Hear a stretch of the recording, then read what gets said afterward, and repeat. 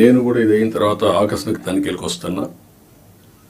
నేను అప్పుడప్పుడు అంటున్నాను 95 CBN చూస్తారని.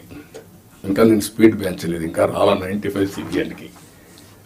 అప్పుడు కొంతమంది తెలిసిన వాళ్ళు ఇక్కడ ఉంటారు, మినిస్టర్స్ కూడా అప్పుడు పరిగెత్తేసేవాళ్ళని. వీళ్ళు పరిగెత్తిచ్చేవాళ్ళం, మేము పరిగెత్తేవాళ్ళం.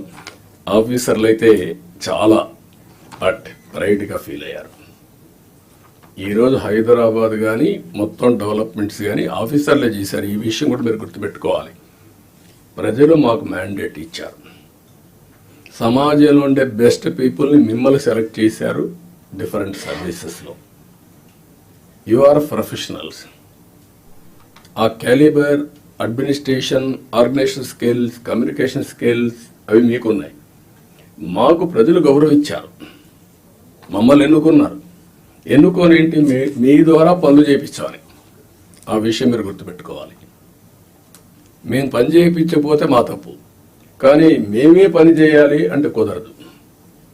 మా బ్యాక్గ్రౌండ్ ఇవన్నీ వచ్చినప్పుడు ఈ విషయంలో మీరు అందరూ కూడా క్లారిటీ పెట్టుకొని ముందుకు పోవాల్సిన అవసరం ఉంది. నేను వచ్చినప్పుడు ఒక అంగన్వాడీకి పోతా, డ్రైన్స్ పోతా, డోంట్ మిస్టేక్ మీ. ఒకప్పుడు డ్రైన్లో IAS ఆఫీసర్లు దించిన రోజులు కూడా ఉన్నాయి. దిగి చూడమా ఎట్లుందని మీరు ట్రైన్ ఒకసారి దిగండి, మీకు ఒక ఐడియా వస్తుందని చెప్పి చూపించిన రోజులు ఉన్నాయి. చెత్త ఉంటే అవన్నీ చూపించిన రోజులు ఉన్నాయి. అక్కడే మీడియాలో ఎక్స్పోజ్ చేసిన రోజులు ఉన్నాయి. తర్వాత అంత హార్ష్గా నేను పోలేదు, కానీ దట్ వర్ ది డేస్.